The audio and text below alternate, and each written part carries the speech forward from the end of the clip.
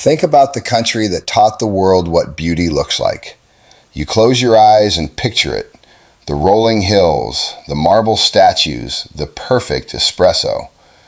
But history is rarely a postcard. In this video, we are going to trace a blood-soaked, brilliant path stretching 2.5 millennia. We're starting in the muddy, dust-choked hills of ancient Rome, where the most ruthless empire of antiquity was born, and walking all the way to the glowing, paint-splattered workshops of the Renaissance. You're going to find out how proud, cutthroat maritime republics conquered the Mediterranean, and why, after centuries of being fractured and ground down under the boots of foreign kings, the wild dream of a unified Italy actually became a reality. And we aren't shying away from the dark chapters. We're stepping right into the brutal 20th century, the suffocating years of dictatorship, the firestorm of 2 world wars, and the unbelievable economic resurrection that turned a bombed-out wasteland into the global epicenter of style and the, quote, sweet life. This is a story of catastrophic falls and impossible triumphs, of mad geniuses and dangerous dreams.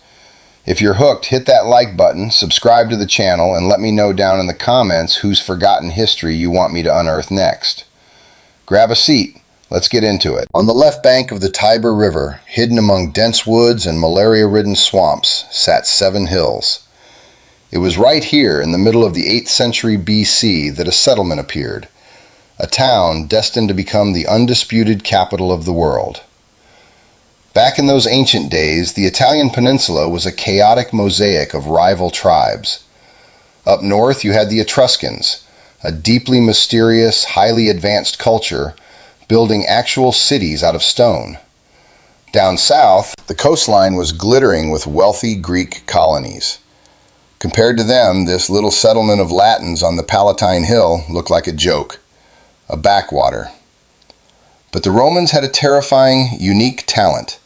They could absorb the knowledge of their enemies and forge it into a weapon of absolute power. The first few centuries of Rome are wrapped in a thick fog of myth. They were ruled by kings who laid down the groundwork for their religion and their government. But the Romans had a streak of fierce independence. In 509 BC, they threw their last king out of the city. They declared a republic. In their language, res publica, the public thing. Power didn't belong to one man anymore. It belonged to the Senate and the people. This is the exact moment the legendary Roman character was forged.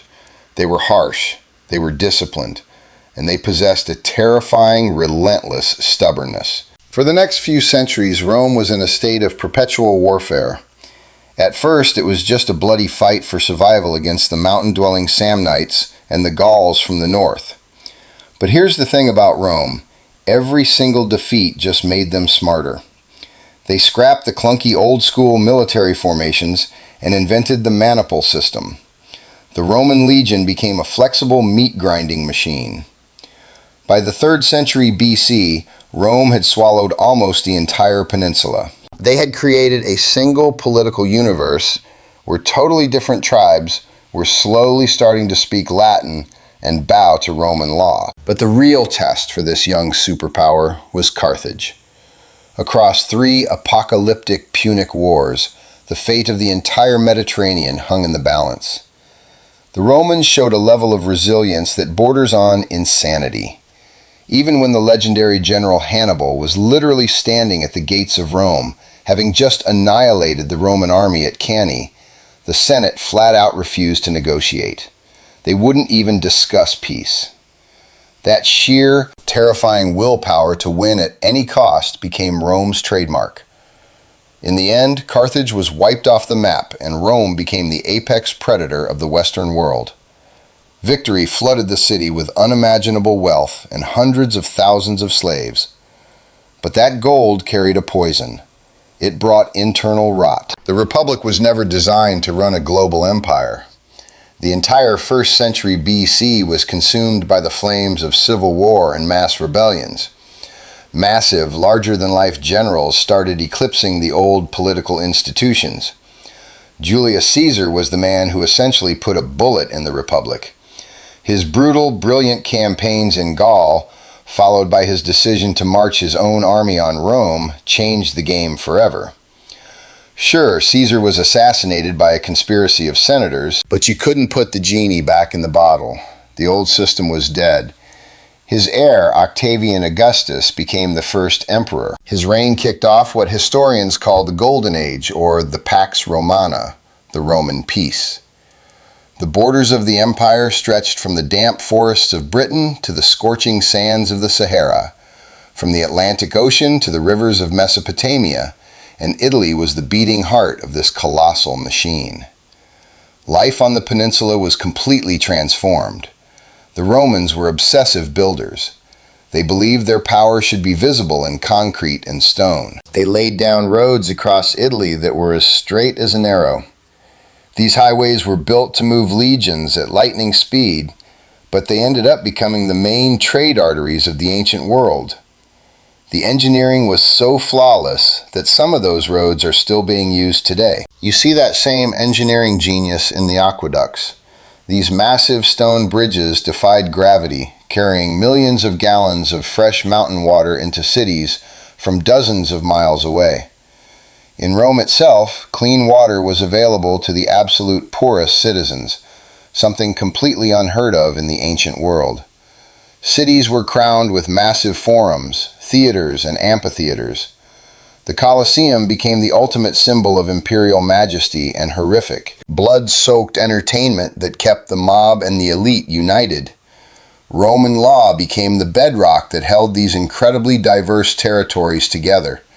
A Roman citizen, no matter where he stood on the map, knew he was protected by a clear, unbreakable set of rules. Culture hit its absolute peak. Poets like Virgil and Horace wrote sweeping epics about the glory of this new era. Philosophers debated a man's duty to the state. But the greatest achievement of this time was just pure, boring stability. For 200 years, the people living around the Mediterranean didn't see a single large-scale war on their home soil. Farms and workshops exploded with wealth. The hills of Italy were blanketed in vineyards and olive groves, and the ports were jammed with ships hauling grain, spices, and silk. Rome ballooned into the first true metropolis in human history, packing in over 1 million people. It was a boiling cauldron where the East and the West melted together. You could walk down the street and pass merchants from Alexandria, mercenaries from the Germanic forests, and tutors from Greece. The city was blindingly rich, but it was also overcrowded, deafeningly loud, and terrifying. Yet, this was the heart of an empire that felt to everyone living in it completely eternal. The belief that Rome would last forever was absolute. It felt like their bureaucracy and their military could survive anything. But underneath that shiny surface, the foundation was rotting. Massive corporate megafarms worked entirely by slaves were slowly bankrupting the free, independent farmers, the very men who had always been the backbone of the legions. The empire was getting too heavy to support its own weight. But as long as the Roman peace held, people enjoyed the safety and the luxury that the Seven Hills provided. It was an era of supreme human organization, a triumph of willpower that hardwired the DNA of Europe for millennia to come. Then in the 3rd century AD, the indestructible walls of the Roman Empire started to crack. The era of peace violently gave way to a period of absolute chaos that historians casually call the crisis of the 3rd century. Emperors were being murdered and replaced at a terrifying speed. Practically every general with a couple of legions behind him decided he wanted to sit on the throne. Civil wars drained the treasury and bled the military dry. With the emperors playing musical chairs, the borders were left wide open. While the legions were busy slaughtering each other to put their boss in power, foreign tribes started testing the fences. Italy slowly began to lose its VIP status. Emperors were spending more time in military camps on the frontier than they were in Rome. The center of political gravity started drifting north and east. By the late 3rd century, Emperor Diocletian looked at the map and realized that running this beast from a single office was impossible. He split the empire into 4 jurisdictions. It was a band-aid that temporarily stopped the bleeding, but it planted the seed for the empire to eventually split in half for good. The city of Rome stopped being the real capital. The guys in charge preferred to run things from Mediolanum, which we now call Milan, just so they could be closer to the volatile northern borders. The 4th century brought an even more massive earthquake.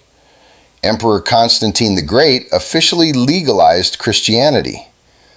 This completely rewired the spiritual DNA of Italy. The grand ancient temples to the Olympian gods slowly went quiet, and the first Christian basilicas began to rise over the cityscapes. In 330 AD, Constantine packed up and moved the capital of the empire all the way to Byzantium, renaming it Constantinople. Rome was essentially downgraded to a museum, a massive, haunting symbol of a glorious past, but totally stripped of real political power.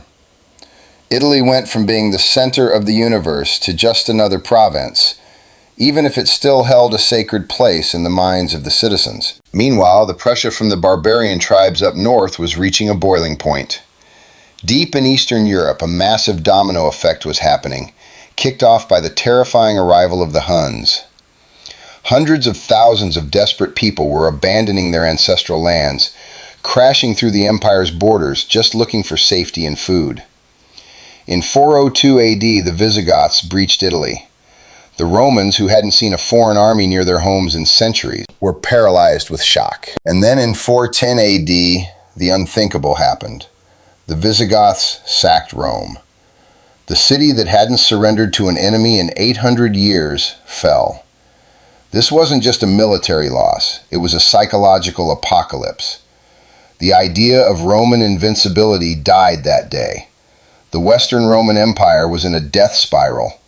The emperors were hiding out in Ravenna surrounded by swamps, holding on to a ghost of their former power.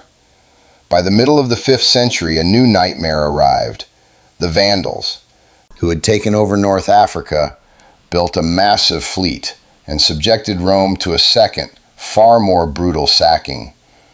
They didn't just smash things. They systematically stripped the city of its art, its gold, and literally peeled the bronze roofs off the public buildings. Right around the same time, Attila the Hun was looming in the north.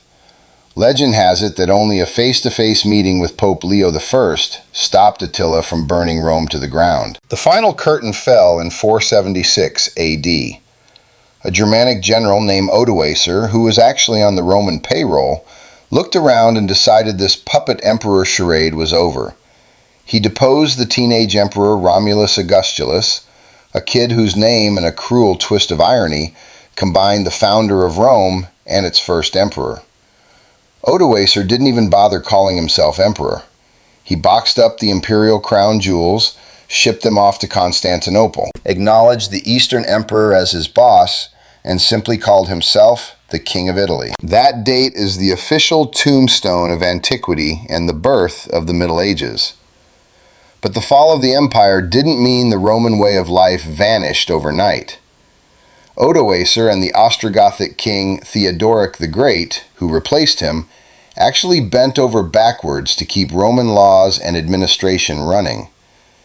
Theodoric genuinely loved Roman culture. He tried to force a peaceful coexistence between his warriors and the local Italians.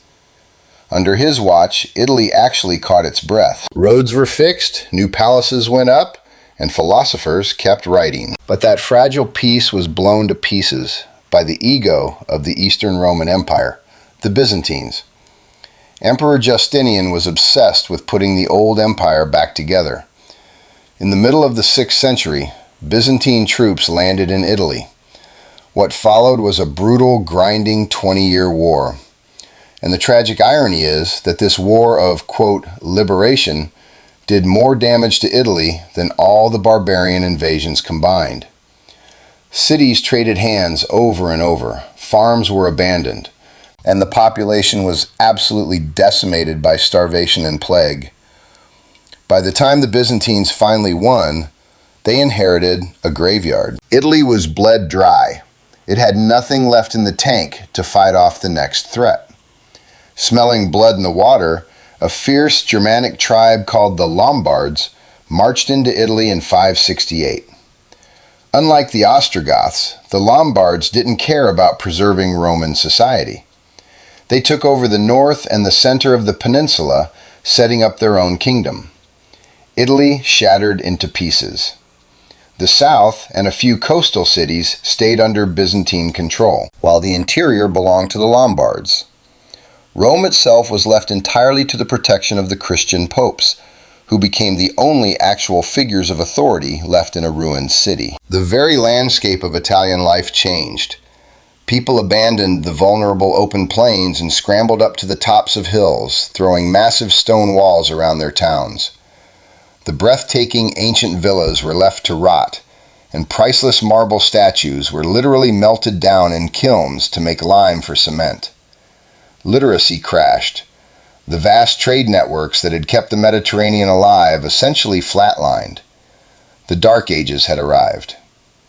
And yet, right there, inside that violent collision between Germanic tribal culture and the ghost of Roman heritage, the DNA of a brand new Italian identity was mutating and taking shape. The memory of what they used to be didn't die. It just went into hibernation, waiting for the right moment to explode back to the surface centuries later.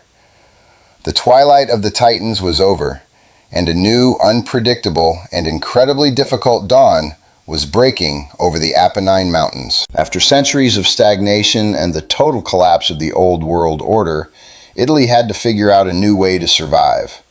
While the interior of the peninsula was locked in a nightmare of endless feudal warfare, something fascinating was happening on the coastlines. A new kind of power was waking up, one that would eventually rewrite the economic rules of Europe. Being cut off from the main inland roads wasn't a weakness for these coastal cities. It became their superpower. Trapped between hostile armies and impassable swamps, these towns had to look to the ocean for their salvation. This birthed the era of the maritime republics. It was a bizarre, brilliant chapter of history where sheer nerve and raw trade capital created entirely new centers of gravity. The undisputed heavyweight champion was Venice. It started out as a bunch of refugees hiding from barbarians on some muddy, mosquito-infested islands in a lagoon officially under the protection of the Byzantine Empire. But by the 9th and 10th centuries, the Venetians realized they didn't need anyone's protection. They started building a navy that was completely unmatched in speed and durability. Venice turned itself into a massive floating toll booth between the east and the west. Every ounce of silk, spice, and jewelry coming out of Asia flowed through their docks before being marked up and sold to the rest of Europe. The city on the water got obscenely rich. Their leaders, the Doges, ran the place with a cold, calculating, and often ruthless pragmatism, exclusively protecting the interests of their merchants. Venice wasn't just a city. It was the world's first state-run megacorporation. Just south of Naples, another powerhouse was flexing its muscles, Amalfi. Built into the side of jagged cliffs, they had zero land for farming, so they had to become master navigators just to eat. The sailors of Amalfi actually wrote the first maritime laws, a code that dictated the rules of trade across the entire Mediterranean for centuries. Their merchants set up trading posts in every major port in the Levant and North Africa. But their time at the top was a flash in the pan. Crushed by the constant pressure of Norman invasions and outplayed by rival republics, Amalfi faded into the background, though their legal and navigational blueprints changed the world forever. Over on the western coast, two heavy hitters stepped into the ring, Pisa and Genoa. Pisa, sitting at the mouth of the Arno River, positioned itself as the sword of the Christian world, aggressively hunting down Saracen pirates. The Pisan fleet helped liberate Sardinia and Corsica, and the massive loot from those campaigns paid for the breathtaking architecture that still defines the city today. But Pisa had a problem, and its name was Genoa. The Genoese were a tough, gritty, hyper-entrepreneurial people. Squeezed onto a narrow strip of land between the mountains and the sea, they had no choice but to conquer the water. The rivalry between Pisa and Genoa wasn't friendly competition, it was a multi-generational blood feud. Ultimately, Genoa delivered the knockout punch, annihilating the Pisan fleet in the 13th century and permanently removing them from the board. But the real rocket fuel for the maritime republics was the Crusades. When tens of thousands of heavily armed European knights decided to march on the Holy Land, they needed a ride. And the Italian ports were the only ticket in town. Venice, Genoa, and Pisa leased out their ships to haul men and supplies, but they didn't do it for charity. They demanded astronomical fees and exclusive tax-free trading rights in every city the Crusaders conquered. The Fourth Crusade was the ultimate masterpiece of Venetian cunning. Instead of sailing to Jerusalem to fight for God, the Crusader fleet, manipulated by the blind, terrifyingly smart Doge Enrico Dandolo, took a detour and attacked Constantinople. Fellow Christians. When the Byzantine capital fell, Venice casually walked away with a quarter of the entire empire, including a massive chain of islands. The Mediterranean essentially became a private Venetian swimming pool. The economies of these republics were operating on a level that totally anticipated modern capitalism. This is where the first real banks and cargo insurance policies were born. Italian bankers were suddenly bankrolling European kings and the Pope himself. The gold coins minted in these cities, like the Venetian ducat and the Genoese genovino, became the global reserve currency.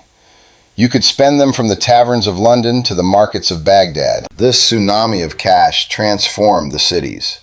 They paved their streets, built massive palaces, and raised towering cathedrals just to flex their wealth. These cities weren't run by kings with divine right. They were run by syndicates of insanely wealthy merchant families. It created a cutthroat Shark Tank atmosphere where everyone was hustling to the top. But don't mistake that for unity.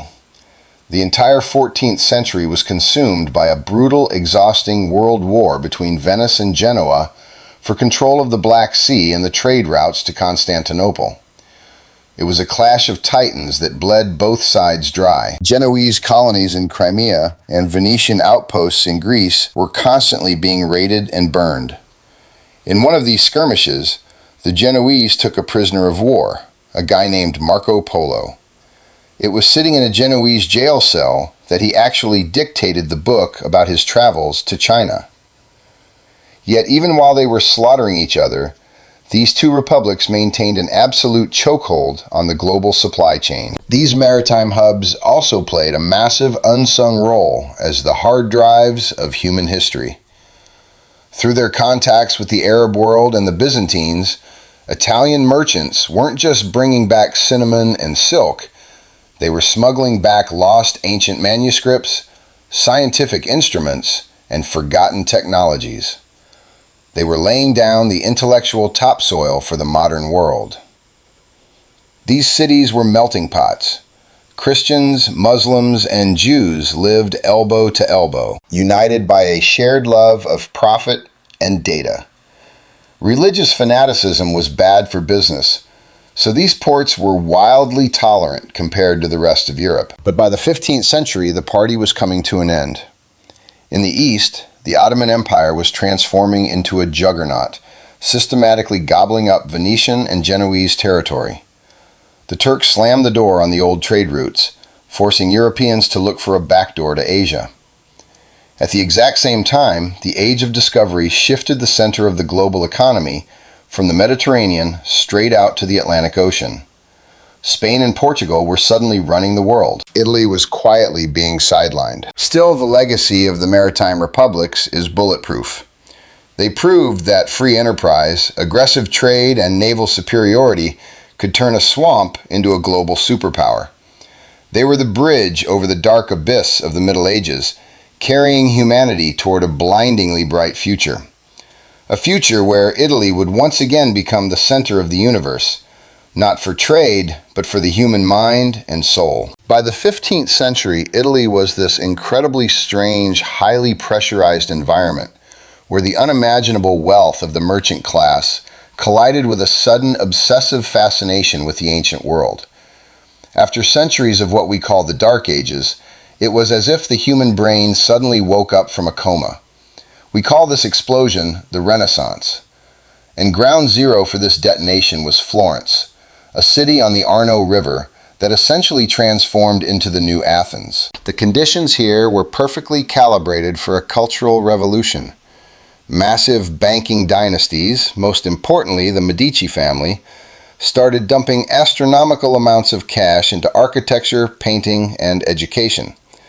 They weren't doing this just to be nice. They understood that funding genius was the ultimate PR move.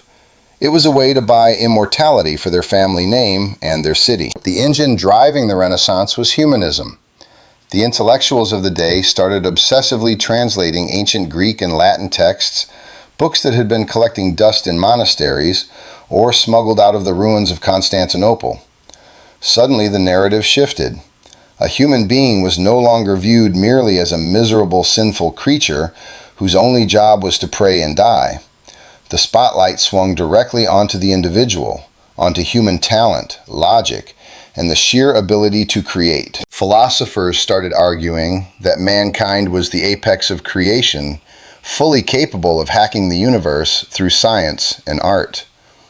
It was a radical, dangerous shift in how we viewed reality, and it infected every level of society. Education became the ultimate status symbol. If you couldn't debate poetry or play an instrument, you were a nobody. Art didn't just evolve during this period, it took a quantum leap. Painters started dissecting corpses to understand anatomy and used complex mathematics to master perspective. They didn't want to paint flat icons anymore. They wanted to capture reality in high definition. Filippo Brunelleschi looked at the Florence Cathedral and decided to build a dome so impossibly huge that modern engineers still stare at it in disbelief. Donatello brought back the raw, physical sexuality and power of ancient sculpture. But the Renaissance went supernova when three absolute freaks of nature stepped onto the stage. Three guys whose names are basically synonymous with human genius. Leonardo da Vinci was the ultimate Renaissance man. His brain simply did not have boundaries. Sure, he painted the Mona Lisa, but he was also a master anatomist, a structural engineer, and a mad scientist inventor. You look at his private notebooks and he's sketching out helicopters, parachutes, and submarines hundreds of years before the technology existed to build them. To Leonardo, science and art were the exact same thing. He would stare at the way water swirled in a river, or how a bird caught an updraft trying to reverse engineer the source code of nature. When he moved to Milan to work for the Sforza Duke, he turned the city into the intellectual capital of Europe. Meanwhile, tearing through Rome and Florence, you had Michelangelo Buonarroti. If Leonardo was a guy calmly dissecting the world, Michelangelo was a storm of raw, violent emotion and titanic energy. His statue of David wasn't just a biblical figure, it was a political statement, a towering monument to physical perfection and civic defiance. When Pope Julius II forced him to paint the ceiling of the Sistine Chapel, Michelangelo basically locked himself in a room and single-handedly painted the creation of the universe. The bodies he painted were so muscular, so heavy, they looked like they were going to fall through the plaster. Later in life, he pivoted to architecture and designed the massive dome of St. Peter's Basilica, permanently altering the skyline of Rome. The third member of this holy trinity was Raphael Sanzio. If you want pure, flawless harmony, you look at Raphael. He had this eerie ability to take heavy Christian theology and wrap it in the perfect balanced beauty of the ancient world. His fresco, The School of Athens, painted right inside the Vatican, is basically the thesis statement of the Renaissance.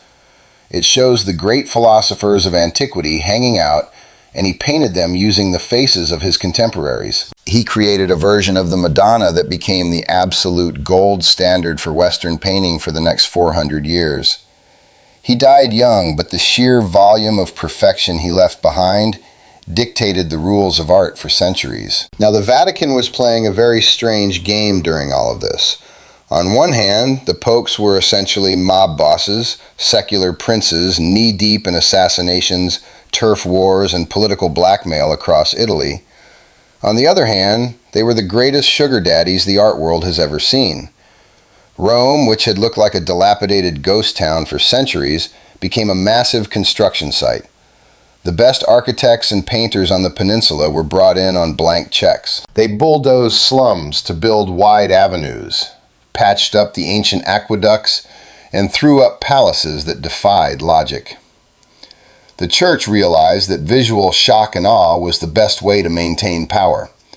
They turned the holy city into a billboard for divine supremacy. But the Renaissance wasn't just about pretty pictures. It was a brutal, brilliant awakening in politics and literature. In Florence, a guy named Niccolo Machiavelli sat down and wrote The Prince. For the first time in history, someone completely stripped morality and religion out of politics. He looked at the bloody track record of Italian warlords and ancient dictators and wrote a cold, sociopathic manual on how to acquire and hold power. Literature was also giving birth to the modern Italian language. The heavy hitters from a bit earlier, Dante Alighieri, Francesco Petrarch, and Giovanni Boccaccio, were suddenly the foundation of a new national identity.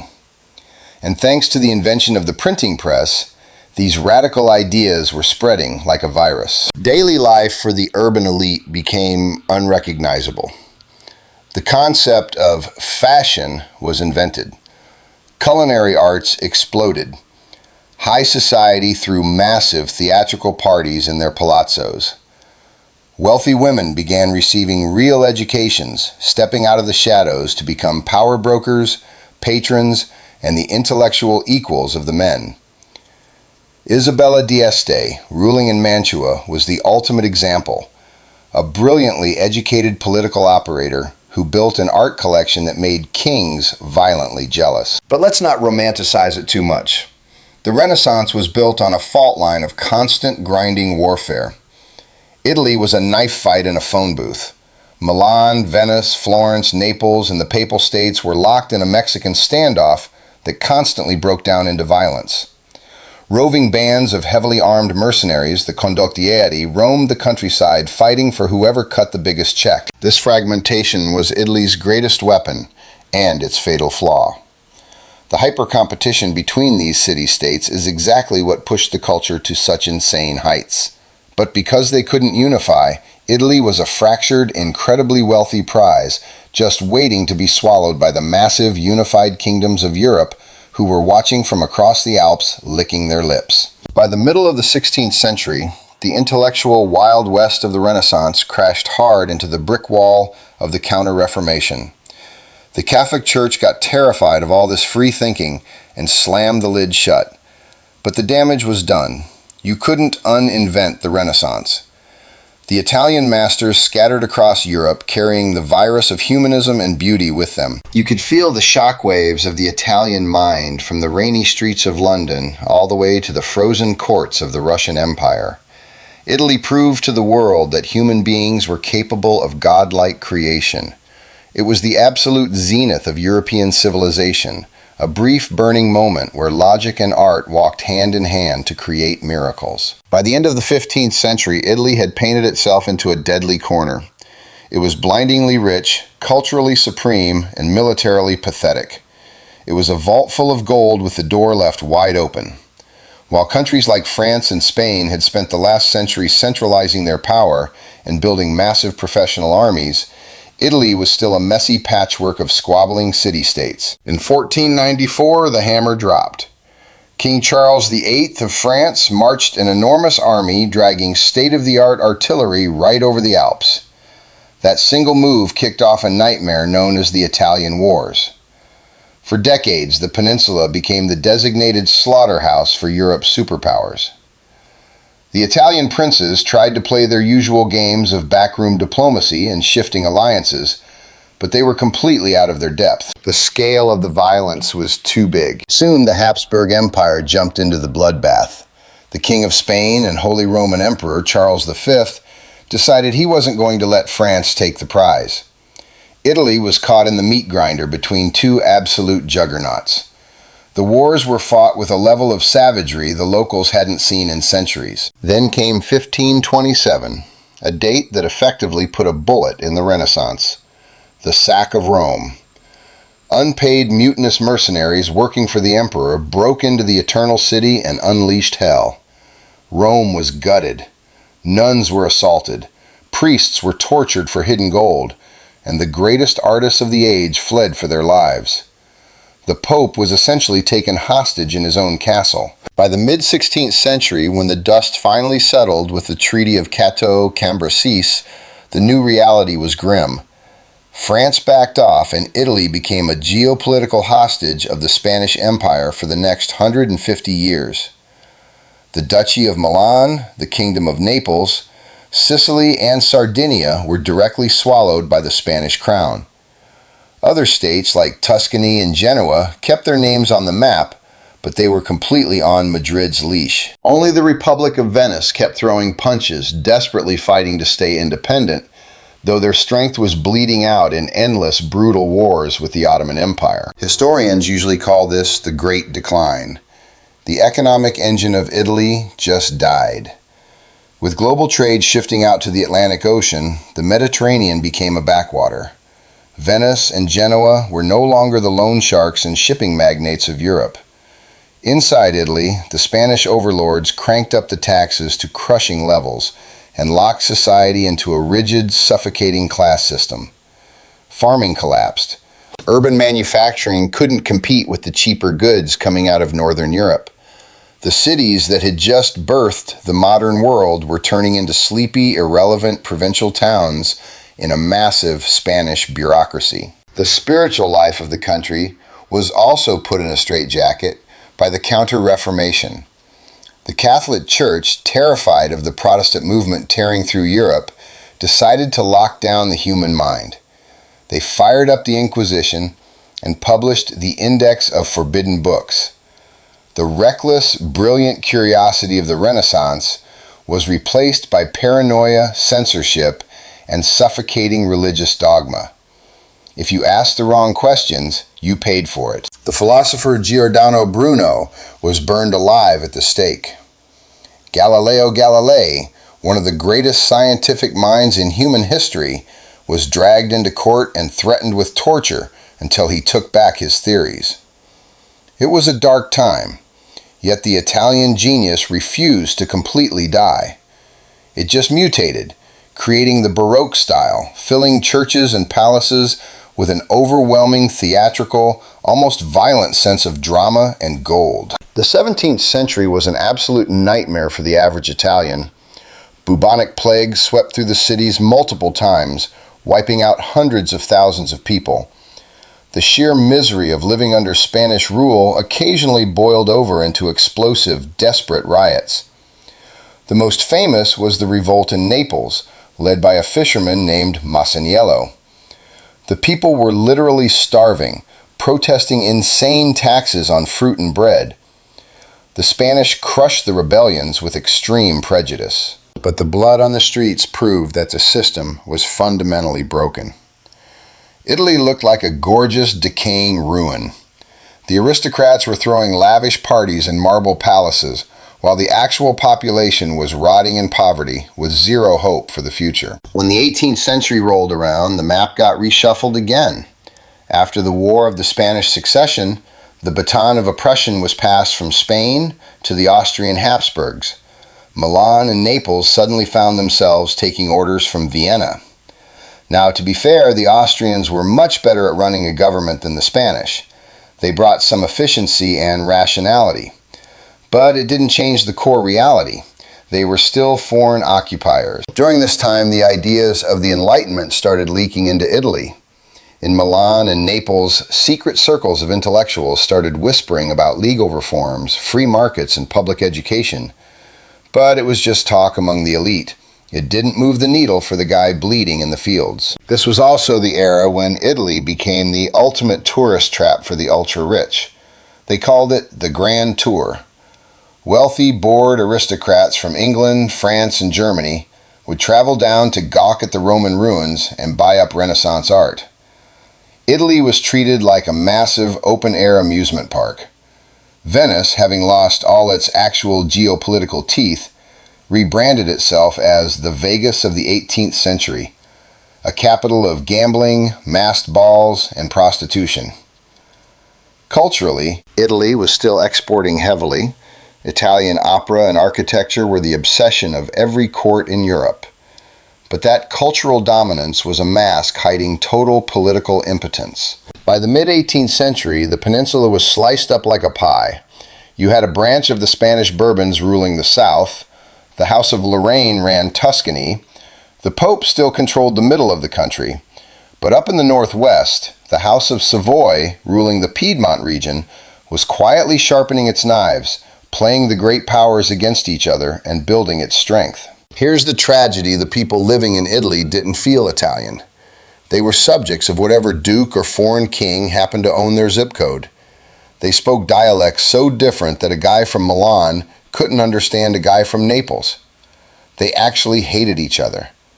Because they were ruled by foreigners, Italy completely missed the boat on the Industrial Revolution that was turning Britain into a superpower.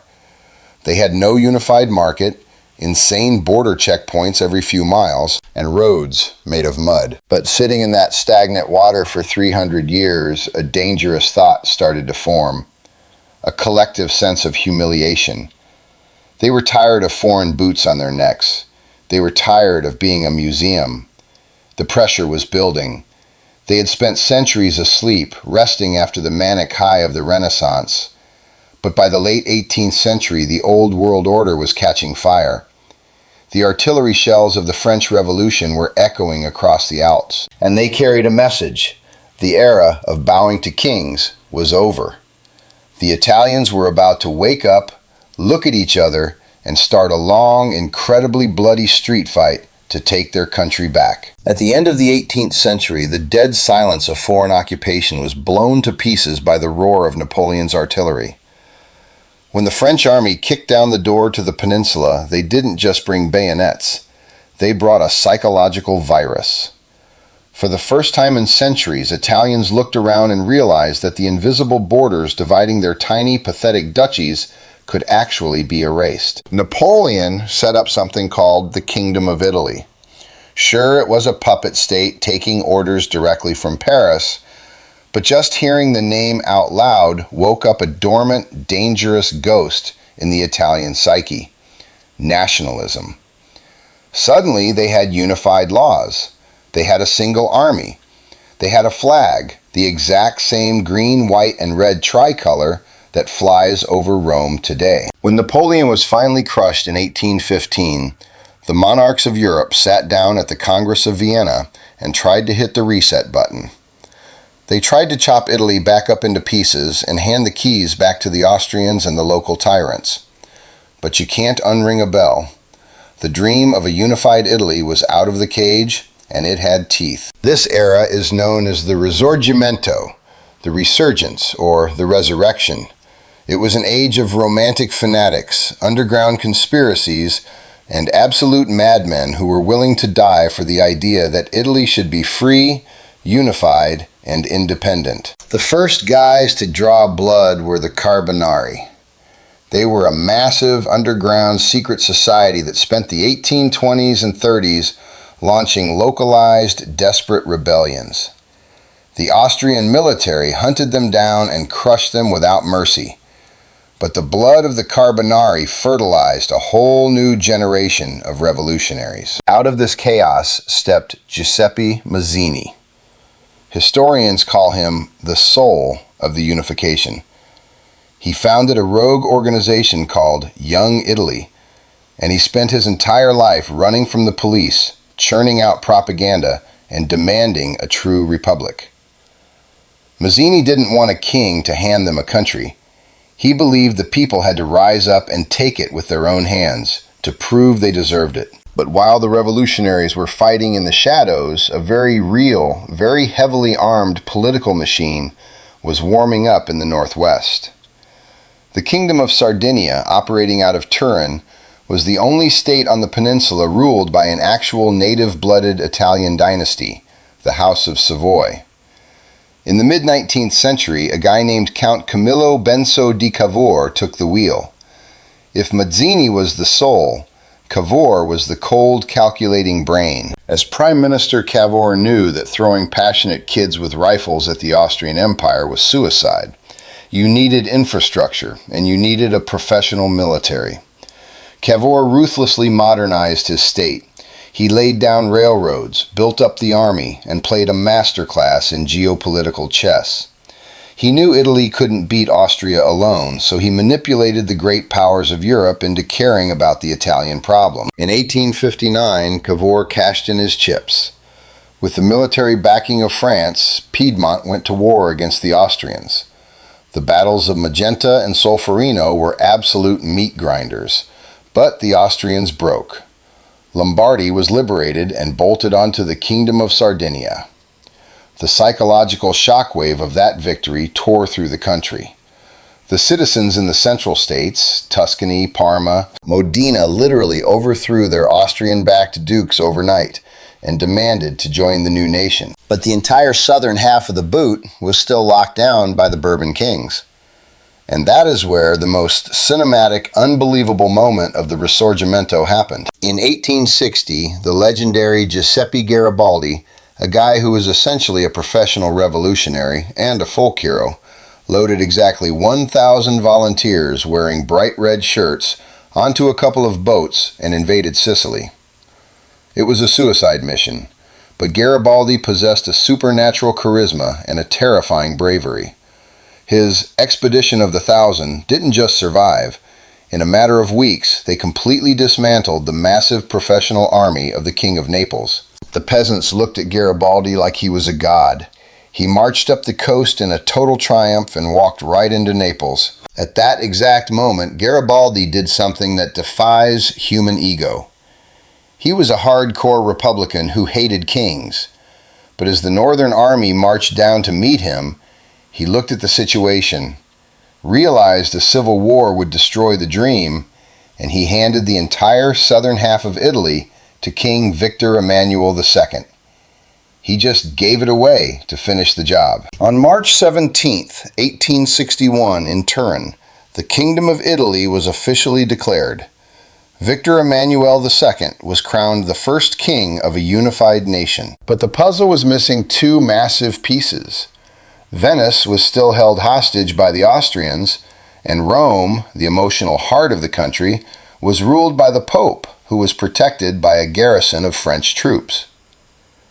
Right before Cavour died, he looked at his allies and said, "Rome must be the capital of Italy." But getting there was a nightmare. They managed to pry Venice out of Austrian hands in 1866 by jumping into a war as an ally of Prussia. But Rome was the untouchable third rail. The Papal States literally cut the country in half, and the Pope's global authority made him bulletproof.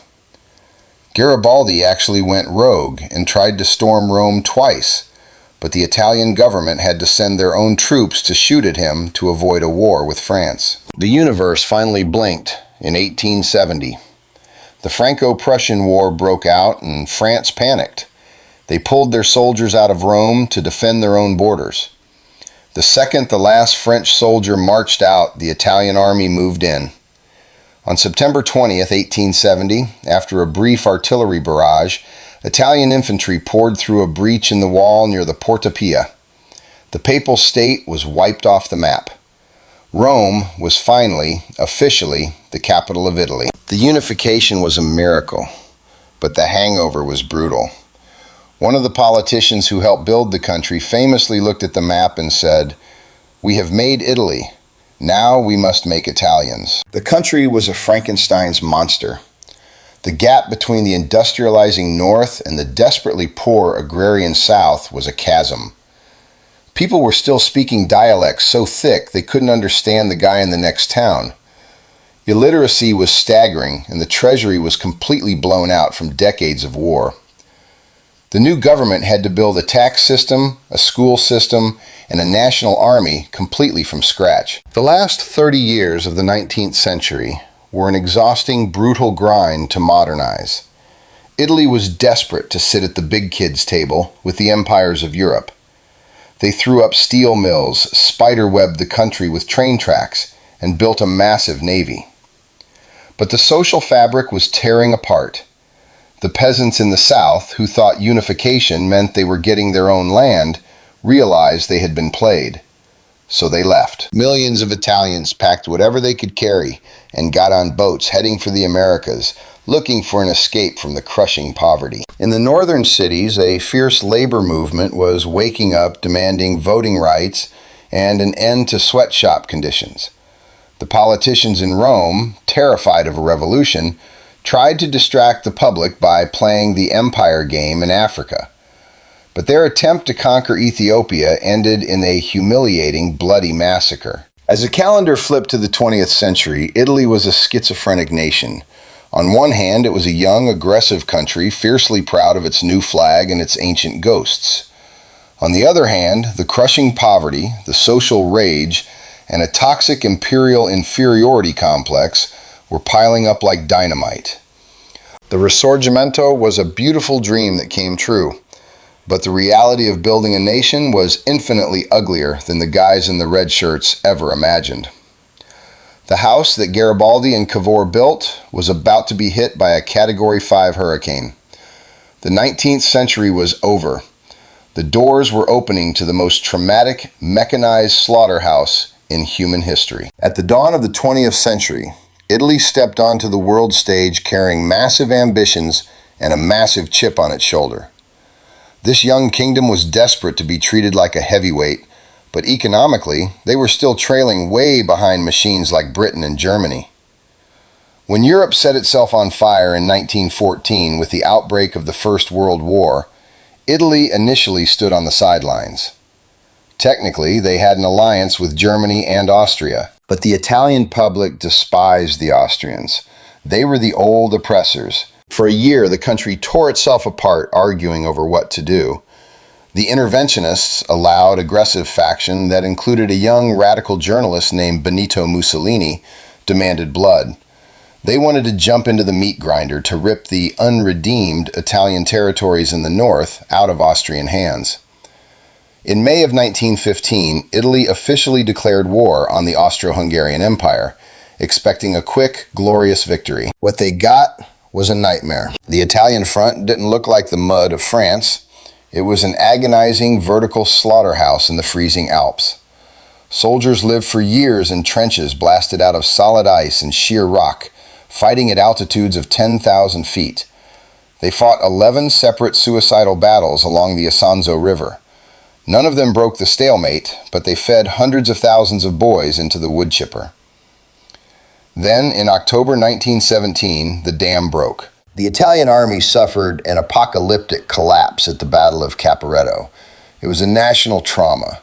The front line disintegrated, the army turned into a panicked mob, and the enemy poured right into the heart of northern Italy. Only through sheer desperation and a frantic surge of patriotism did they manage to hold the line at the Piave River. A year later, at Vittorio Veneto, Italy finally delivered the knockout blow that shattered the Austro-Hungarian Empire and ended the war. But victory tasted like ash. Italy walked out of the war deeply traumatized. Over 600,000 men were dead. Inflation was out of control. Unemployment was skyrocketing, and the country was teetering on the edge of mass starvation. When the politicians went to the peace conference in Paris, Italy's demands were casually brushed aside by the Allies. The public felt completely betrayed. They called it the mutilated victory. You had thousands of traumatized combat veterans coming home to a country that couldn't give them a job. The working class started taking notes from Russia. Massive strikes paralyzed the cities. Workers physically took over the factories, and peasants started seizing land. The wealthy industrialists and the middle class were paralyzed with the fear of a communist revolution. Right into the middle of this boiling chaos walked Benito Mussolini. Mussolini didn't offer debates, he offered a hammer. He promised to crush the socialists, restore law and order, and bring back the terrifying glory of the Roman Empire. His followers, the black shirts, were essentially a private militia of street thugs. They systematically beat, tortured, and murdered political opponents, while the police conveniently looked the other way. In October 1922, the fascists rolled the dice. They organized the March on Rome. King Victor Emmanuel III, terrified that bringing in the army would spark a full-blown civil war, blinked. He handed Mussolini the keys to the country and made him prime minister. Within a few years, Mussolini dismantled the entire democratic system. The free press was strangled, rival political parties were outlawed, anyone who spoke out was thrown in a cell or exiled to barren islands. Mussolini rebranded himself as Il Duce, the leader, and built a totalitarian cage around everyday Italian life. Fascism was a cult. It tried to genetically modify the Italian mind, creating a hyper-militarized citizen who worshipped the state. The propaganda machine ran red hot, screaming about how the regime was draining swamps, building highways, and crushing the mafia. Then Mussolini started looking at the map. He wanted an empire. In the mid-30s, he invaded Ethiopia, deploying chemical weapons against guys with antique rifles. The international community cut Italy off, which drove Mussolini straight into the arms of Adolf Hitler. In 1938, taking notes from Berlin, Italy passed disgusting, humiliating racial laws, stripping Jews of their rights. It was a pitch-black stain on a country that historically didn't have the rabid anti-Semitism of Northern Europe. In 1940, with France already bleeding out under the treads of Nazi tanks, Mussolini smelled easy loot. He threw Italy into the Second World War. But it was a bluff. The military was completely unprepared for modern mechanized warfare. It was a disaster from day one. Italian troops were humiliated in North Africa, routed in Greece, and slaughtered in the freezing steppes of Russia. The defeats piled up. The cities were being pulverized by Allied bombers, and the people were starving. The illusion of the invincible Duce evaporated. In July 1943, the Allies kicked the door in and landed on Sicily. The fascist regime instantly imploded. Mussolini's own inner circle turned on him, stripped him of power, and threw him in jail. Italy signed a desperate armistice with the Allies, but it didn't stop the bleeding. Hitler was furious. The German army immediately swarmed down the peninsula, occupying the northern and central regions. German paratroopers busted Mussolini out of prison and set him up as the puppet dictator of the Republic of Salo in the north. Italy was ripped in half. Down south, you had the official government, backed by the American and British armies, fighting their way up the boot. Up north, it was a bloodbath. A massive, incredibly brave partisan resistance movement exploded. Ordinary Italians took to the mountains and the city streets, fighting a vicious guerrilla war against the Nazi occupiers and the local fascist death squads. It was the darkest, most agonizing chapter of their 20th century. Brother executing brother, while ancient priceless cities were reduced to gravel by artillery fire. Deliverance finally came in the spring of 1945. On April 25th, a massive coordinated uprising swept through the northern cities. Mussolini tried to run for the Swiss border, but he was hunted down by partisans and executed. They dumped his body in a piazza in Milan and hung him upside down from the roof of a gas station. It was a brutal, visceral end to 20 years of dictatorship. When the smoke cleared, Italy was a graveyard. The factories were bombed out, the infrastructure was vaporized, and the psychological trauma was immeasurable. The nation had to look in the mirror and completely reinvent its soul.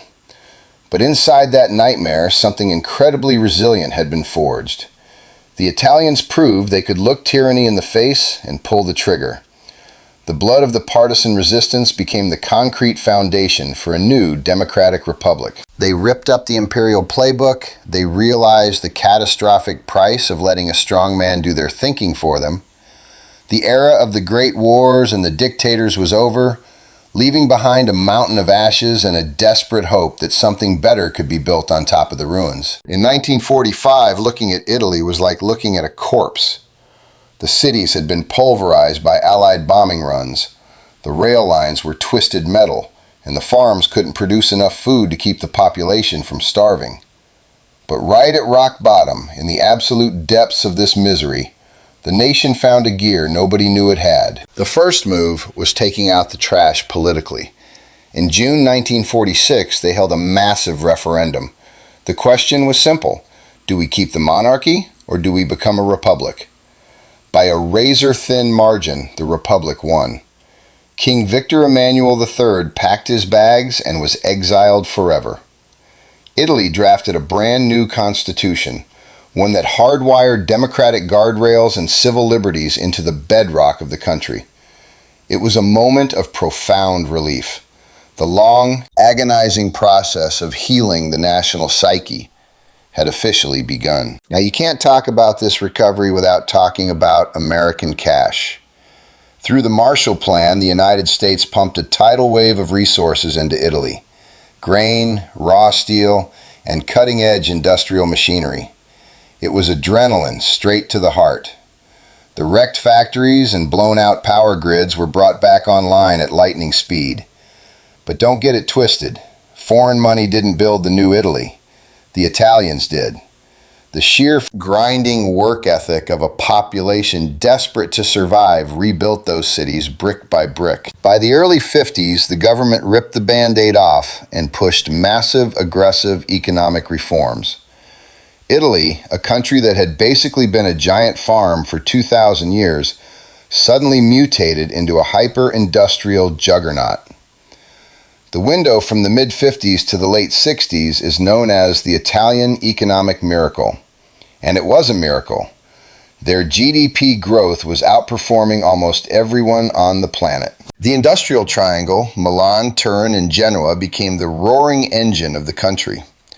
Hundreds of thousands of desperately poor people from the agrarian South packed their bags and migrated north, looking for a paycheck on the massive new assembly lines.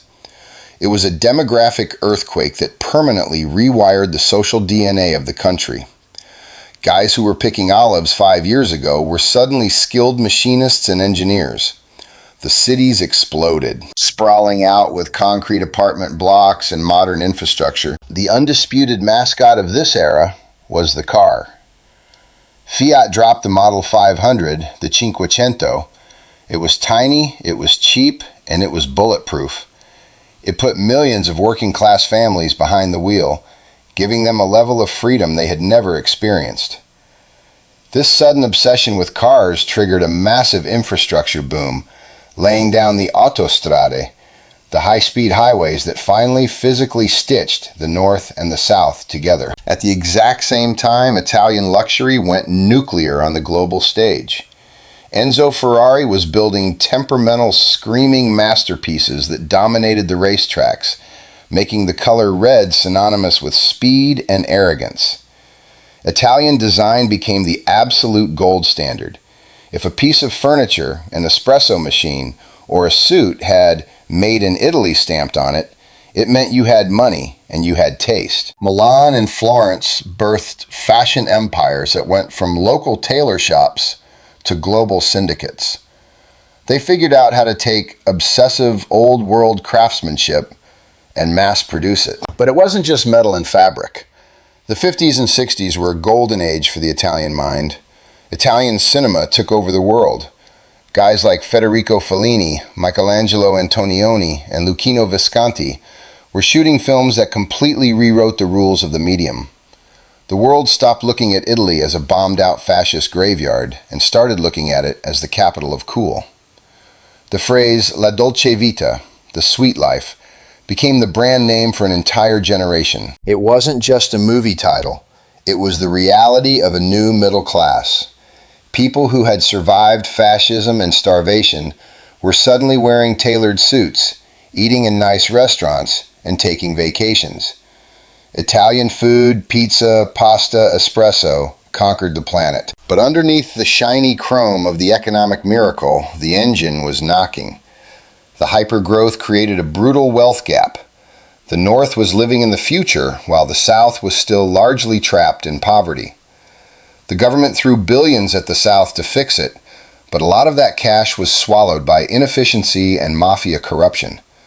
Up north, the environment in the industrial zones was turning toxic. The factory workers crammed into soulless concrete housing projects started unionizing. They wanted a bigger piece of the pie they were baking. By the late 60s, the pressure was building and it was about to explode into massive student and labor strikes. Still, you cannot argue with the scoreboard. In 20 years, Italy dragged itself from the 19th century straight into the post-industrial era. They became a founding pillar of the European Economic Community and elbowed their way into the G7. The Italians proved that their genius wasn't just for painting ceilings or carving marble. They could engineer complex machines and dominate global markets. It was an era of blinding optimism where it felt like progress had no ceiling. The economic miracle gave Italy its swagger back. The DNA of that era, from the high-speed trains to the high fashion, is what keeps the country afloat today. But the golden age was closing, and waiting in the shadows of the 1970s was a nightmare that would test the country's survival all over again. By the time the late 1960s rolled around, the party was over. The blinding optimism of the economic miracle slammed into a brick wall, giving way to one of the most terrifying, paranoid, and bloody chapters in modern Italian history. The 1970s and early 1980s are known simply as the years of lead. They call it that because of the sheer weight of the bullets fired in the streets. The country was ripped in half by violent political extremism.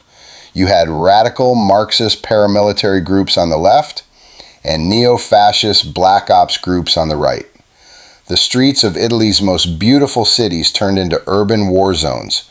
Car bombs, kneecappings, kidnappings, and the assassinations of journalists and politicians weren't just headlines.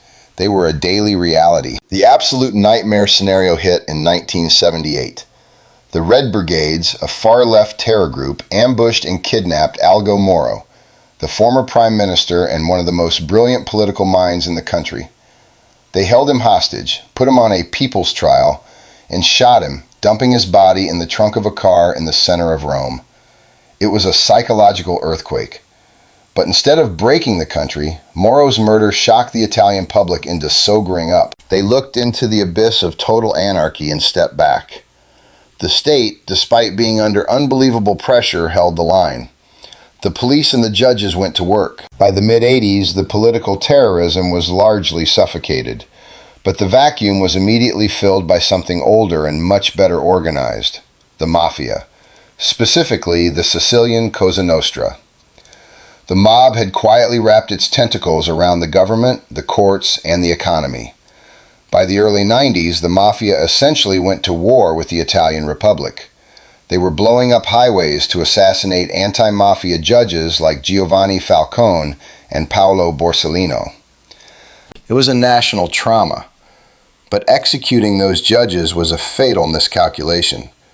The public didn't cower, they exploded in rage. The state dropped the hammer, passing draconian anti-mafia laws and locking the bosses in maximum security isolation. While the mob war was raging in the South, a different kind of bomb went off in the North. In 1992, a handful of magistrates in Milan launched an investigation known as Mani Pulite, clean hands. What started as a local bribery case cracked open a nationwide, multi-billion-dollar corruption matrix. It turned out that almost every major political party and massive corporation was running on a system of systemic kickbacks. The fallout was apocalyptic. Thousands of politicians and CEOs were indicted. The ruling parties that had run Italy since the end of World War II simply disintegrated. They vanished from the map. The, quote, First Republic was dead. Out of the ashes of that political graveyard stepped a guy who would define the next 20 years, Silvio Berlusconi. A billionaire media mogul who owned television networks and soccer teams, Berlusconi didn't do traditional politics. He treated elections like marketing campaigns. He brought the era of reality TV politics to Europe before anyone else knew what it was. His time in power was a roller coaster of massive scandals, aggressive economic promises, and deep polarization. As the calendar flipped to the 21st century, Italy was forced to adapt to a ruthless new globalized world. In 2002, they traded in the lira for the euro. It brought financial stability, but it also took away their ability to devalue their currency to keep their exports cheap. Suddenly, the traditional Italian factories, the guys making shoes and textiles, were getting slaughtered by cheap manufacturing in Asia. But Italy did what it always does. It adapted. They leaned hard into what nobody else can replicate: extreme high-tech manufacturing, precision engineering, and the absolute pinnacle of luxury goods. They maintain their iron grip as the world's dictators of taste. Today, Italy is staring down the barrel of modern crisis. They have a plummeting birth rate and an aging population, putting massive stress on the economy. Because they are a peninsula jutting out into the Mediterranean, they are the front door for Europe's migration crisis. Hundreds of thousands of desperate people from Africa and the Middle East have washed up on the shores of Sicily and Lampedusa, sparking a vicious, agonizing debate inside Italy about borders, identity, and humanity. The political landscape is fracturing again, with populist movements rising up, screaming at Brussels and demanding a focus on Italian sovereignty. Modern Italy is a masterpiece of paradox. It is one of the largest economies on the planet and a cultural superpower, holding more UNESCO World Heritage Sites than anyone else. Every square inch of the dirt is soaked in history. But that history is a double-edged sword. It's their greatest pride and an incredibly heavy ghost to carry. Italians have had to figure out how to live in the shadow of their own mythology without being paralyzed by it. Despite the economic stagnation of the last couple of decades, the real wealth of this country is its psychotic resilience and its absolute addiction to life. Italian aerospace, medicine, and engineering are still pushing the boundaries of what humans can do. Look at what this piece of land has survived. The bloody rise of Rome and the barbarian fires, the blinding light of the Renaissance and the suffocating grip of the Inquisition, the suicidal bravery of the Unification and the dark horror of fascism. Every single one of those scars is baked into the DNA of the people. Italians possess a terrifying, beautiful talent. They know how to take absolute catastrophe and forge it into art. They take the end of the world and use it as raw material for a new beginning. If the history of Italy teaches us anything, it's that you can burn the buildings, you can break the government, but you cannot kill the human drive to create, as long as you remember who you are.